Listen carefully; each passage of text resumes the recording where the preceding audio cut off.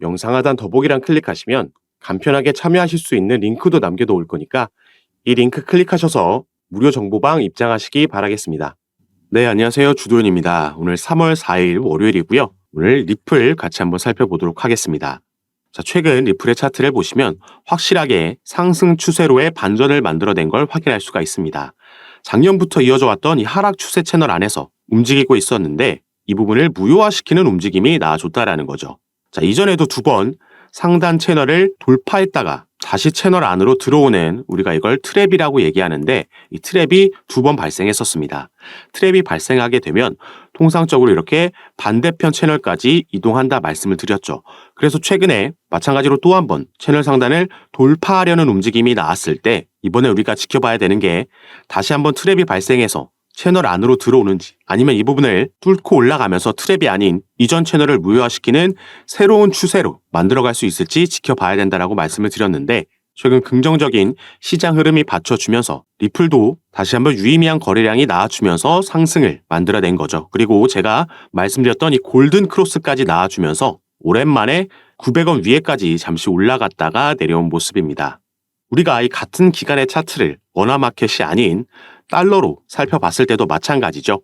두 번의 상단 트랩이 발생을 했고, 이 달러 차트에서는 하단 트랩도 발생을 했었습니다. 그래서 반대편 채널까지 이동을 한 거고, 돌파하는 움직임 마찬가지로 나와준 거죠.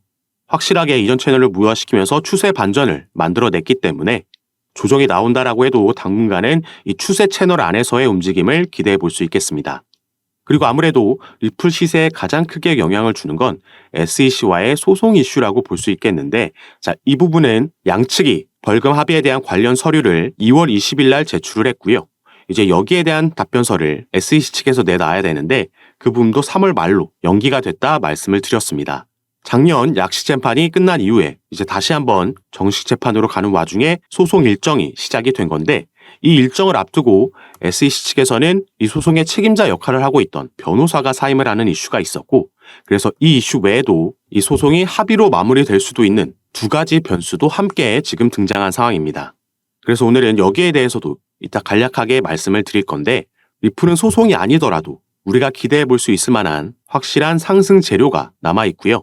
여러분들께서 리플을 보유하고 계시고 아니면 신규 투자를 고려하고 계신 분들까지도 반드시 알아야 되는 내용이고, 여기에 대한 근거도 여러 지금 그 정황과 사항들이 포착되고 있기 때문에 이 내용을 먼저 함께 살펴보면서 설명해 드리도록 하겠습니다. 여러분들께서는 오늘 영상 본격적으로 시청하시기 전에 밑에 있는 구독과 좋아요 버튼 한 번씩만 눌러주시면 제가 이렇게 영상 제작하는 데 큰 힘이 된다는 점 먼저 말씀드리고요. 여기에 대해서 지금부터 바로 살펴보도록 하겠습니다. 자, 리플은 2월 초에 미국 내에서 다시 송금 사업을 재개하겠다라는 발표를 했고요. 그 후 일주일 만에 스탠다드 커스티디언 트러스트라는 미국 내에서 정부의 인가를 받은 암호화폐 수탁 업체를 인수했다라는 발표를 했습니다. 자, 리플은 2020년도 12월 달에 SEC에서 미국의 증권거래위원회에서 처음 리플의 소송을 제기하고 나서 미국 내 사업을 철수할 수밖에 없었고, 그래서 많은 거래소에서도 상장 폐지되는 악재가 잇따라 나왔습니다.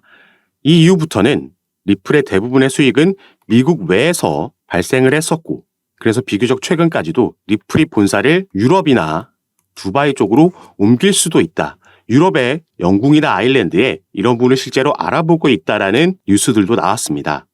그런데 2월 달 들어서면서 미국 내 사업을 재개하겠다라는 발표를 한 거고, 실제로 그런 움직임을 가져갔다라는 거죠.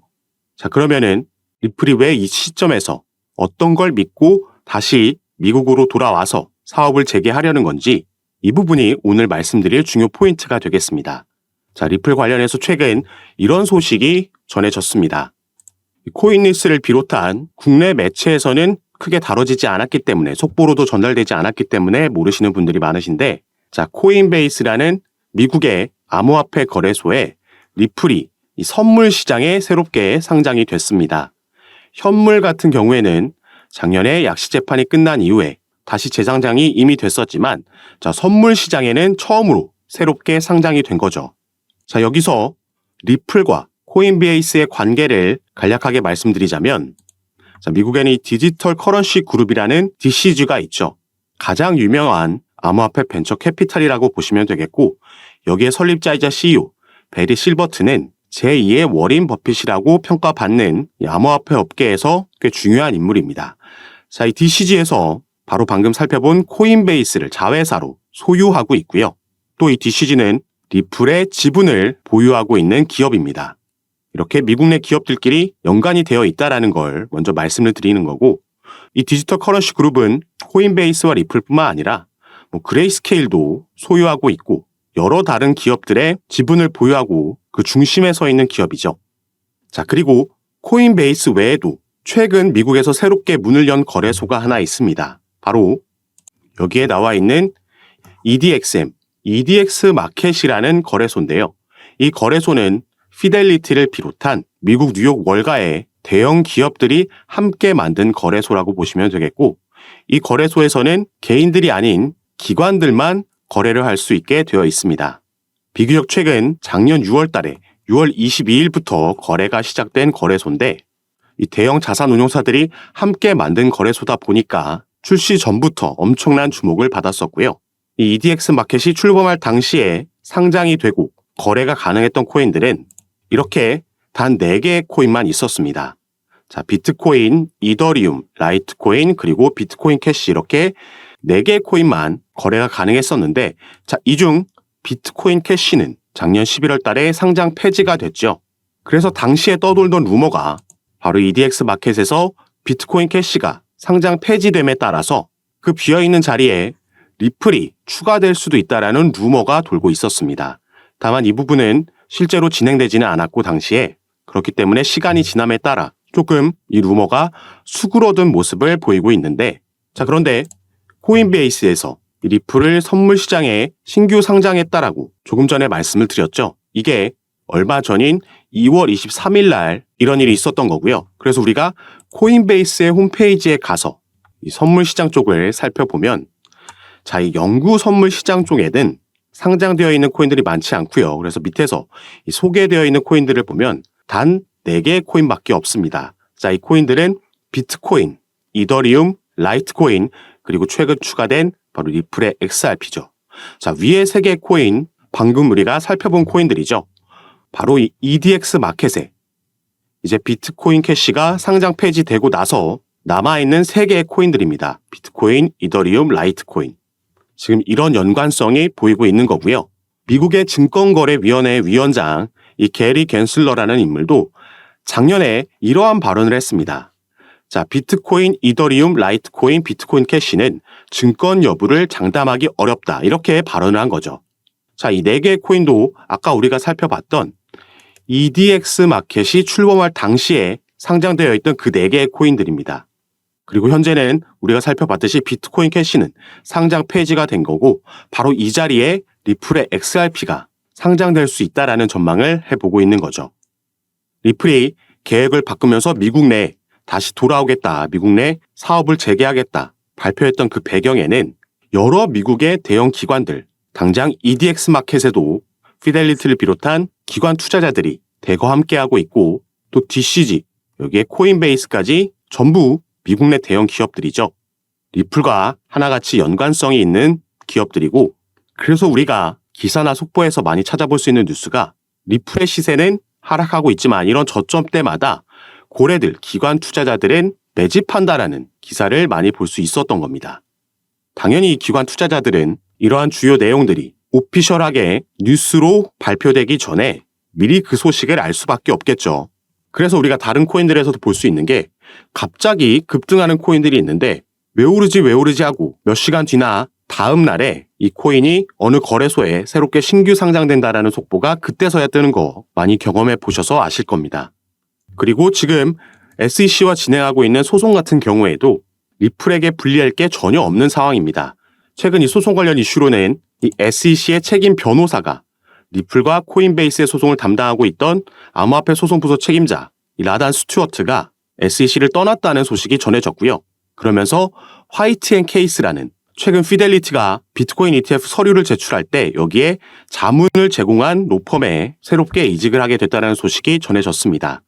그리고 직접적으로 SEC와 리플이 벌이고 있는 소송 외에도 제가 이전 영상들에서 말씀드렸던 지금 SEC 내에서 진행되고 있는 이 조사 결과에 따라서 이 조사라는 건 2021년도에 인파워 오버사이트가 SEC를 상대로 소송을 제기했던 전직 SEC 관리들이 리플과 XRP에 대한 편견을 가지고 있다는 주장, 여기에 대한 조사가 진행되고 있는 거고요. OIG가 이 수사를 진행하고 있는 여기서 불법 행위를 발견하게 되면 SEC는 항소 계획을 종료할 수 있으며 당연히 이건 리플에게 호재로 작용을 할 겁니다. 이것뿐만 아니라 함께 진행되고 있는 SEC와 코인베이스의 소송에서 코인베이스는 현재 SEC가 미국 암호화폐 거래소를 규제할 법적 권한이 없다라고 주장하면서 기각 신청서 모션 투 디스미스를 제기를 한 상황입니다. 그리고 이 부분은 언제든지 법원 판결이 지금 나올 수 있는 상황인 거죠. 이 소송을 관장하고 있는 판사는 이미 양측의 구두 변론까지 다 들은 상황입니다. 이 두 가지 변수 모두 리플에게 긍정적으로 작용할 수 있는 부분이고 또 올해는 미 대선까지 있기 때문에 이 이후에는 SEC 위원장 게리 갠슬러는 상당히 높은 확률로 교체될 가능성이 있다라고 보여주고 있죠. 그리고 오늘 중점적으로 살펴본 이 EDXM 상장 이슈도 어마어마한 호재로 작용할 수 있습니다. 그래서 이 당시에 작년 6월 달에 EDX 마켓이 출범됐을 때 여기에 상장돼 있던 4개의 코인 당연히 엄청난 상승력 보여줬고요. 지금은 상장 폐지됐지만 이 4개의 코인 중 하나였던 비트코인 캐시는 단기간 안에 무려 이 당시에 200% 상승하는 모습을 보여줬습니다. 자, 리플이 만약에 여기에 상장되게 되면 당연히 비트코인 캐시보다 코인 시장에서는 시장의 주목을 많이 받고 상징적인 코인이기 때문에 지금은 우리가 상상도 할 수 없는 급등하는 모양새도 충분히 나올 수 있다 보여지는 부분이죠. 그래서 제가 당연히 새롭게 나오는 소송 소식들도 카톡방에서 빠르게 전달해 드릴 거고 이 부분은 이제 3월 13일이 되면 최근 제출한 서류들이 공개가 될 예정인데 이 부분 외에도 관련된 다른 움직임도 업데이트해드리고 공유해드리면서 함께 매집을 진행해 나갈 겁니다. 이런 부분 제가 카톡방에서 전부 무료로 공유해드리고 있으니까 여러분들께서도 이런 정보들 받아보시고 투자 판단에 참고하셔서 매매 진행하시면 더욱 좋을 것 같습니다. 그리고 카톡방에서는 오늘 살펴본 리플뿐만 아니라 다른 이슈가 있는 코인들 마찬가지로 상담 도와드리면서 타점과 비중을 공유해드리고 함께 매매 진행하고 있으니까 여러분들께서도 이런 부분 받아보시면서 조금 더 전략적으로 안전하게 함께 투자하실 수 있었으면 좋겠습니다. 자, 카톡방에 참여하시는 방법은요. 영상 밑에 더보기란 클릭하시면 간편하게 참여하실 수 있게 제가 링크를 남겨놨습니다. 여러분께서 지금 영상을 핸드폰으로 시청하고 계시다면 가장 위에 있는 링크 클릭하시면 저에게 문자 보내실 수 있도록 자동으로 화면이 전환이 될 거고요. 여러분들께서는 전송 버튼만 눌러주시면 제가 이 문자를 확인하는 대로 순차적으로 연락드려서 카톡방 초대를 도와드릴 거고 또 문자 전송이 힘드시거나 컴퓨터로 영상을 시청하고 계시다면 그 밑에 있는 링크로도 참여가 가능하십니다. 여러분께서 편하신 방식으로 연락 주셔서 제가 드리는 정보들 타점과 비중 받아보시면서 투자 판단에 참고하시고 매매 진행하시면 더욱 좋을 것 같습니다. 자, 그럼 오늘 내용이 여러분들께 도움이 되셨으면 하는 바람으로 영상 마무리하도록 할 거고요. 저는 다시 카톡방에서 여러분들 대응 도와드리고 상담 도와드리면서 찾아뵙도록 하겠습니다. 감사합니다.